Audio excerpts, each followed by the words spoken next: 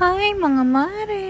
Kagabi nga ito mga mare dahil nga hindi siya agad nagising ng hapon. Ayan nga mag-aalas 8 na ata ito, hindi pa siya inaantok. Kaya yung ginawa ni Papa Choy, ayan nilibang-libang niya muna yung baby. At napakaganda nga niyang pagmasdan dyan mga mare, talagang humahanga siya sa ginagawa ni Papa Choy. At kung nakikita niyo nga mga mare, meron na nga siyang isang buting na ubos dyan. Hindi pa nga kami nakakatulog, nakaisa na nga siya doon sa mga baon niya paggabi. At nung natapos nga silang maglaro mga mare at nang nagmuryot na, nilagay na ni Papa Choy sa duyan. At doon nga inantok na siya. Tapos ayan, 5:30 na nga nagising yung baby namin. Katatapos niya nga dumedi dyan mga mare, kaya sabi ko kay Papa Choy ay idabahan niya. Gusto ko pa nga sanang matulog dito mga mare, paano ba naman pag nag-alas 2 na talaga ng madaling araw, pa isa-isang oras na lang yung tulog ng baby, kaya napapatid-patid din yung tulog ko. Kaya lang wala, papasok din kasi yung panganay ko, kaya tumayo na din ako nung alas 6 na. Dahil nga hindi namin siya pinaliguhan kahapon mga mare, tignan niyo naman yung buhok niya, nag-oily. Sininit kasi siya kahapon ng umaga, kaya hindi ko na siya pinaliguan.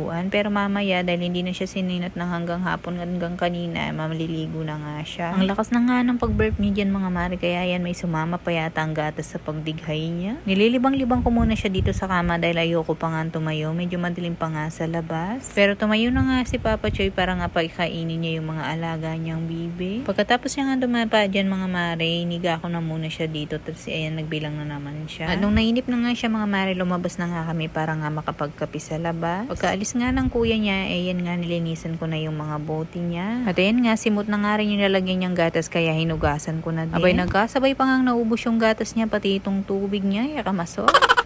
Nakatulog na nga yung baby namin, tapos pagkagising nga nito ipapaliguan ko na. Alam niyo naman mga mare, pag umaga talagang iidlip siya bago maligo. Pagkatapos nga siya mapaliguan mga mare, nalinis ko na din yung mga bote niya. Tingnan niyo, binaba ko lang siya dito, buti na nga lang wala siyang muryot. Dahil nga presko yata yung pagkiramdam niya, kaya yan naglalaro lang siya dyan sa kama. At ito, pumunta na naman ako dito sa mga bote niya para nga mapunasan ko na. Binababad ko nga lang yan ng mainit na tubig, tapos nga pag medyo lumamig, pinupunasan ko na. Nagmuni-muni lang na sandali yung baby, tapos pinatulog ko na nga. Alam niyo naman yon, pagkatapos yung maligo talagang inaantok na. At kaya yan, nung bandang alas 2 na mga mare, nagising na nga yung baby namin. Nandito nga din yung panganay ko mga mare dahil wala siyang pasok ng hapon. Naglaro-laro nga lang kami dito habang nga hindi siya nagmumuryo. Katatapos nga lang din yung dumedi dyan mga mare, naka number 2 siya. Nung mag-alasing ko nga mga mare, nalimusan ko na nga siya, tini-shirt ko siya. Pero pagkapasok namin dito sa kwarto, tinanggal ko lang yung pajama niya para mapsuot na nga itong mga frog shoot niya. Mamayang madaling araw ko na nga lang papasunod itong ternong pajama ng t-shirt niya. Medyo nagmumuryot na nga siya dito mga mare. Paano ba naman kaninang nagising siya ng alas 2, umidrip lang ulit siya ng alas 4,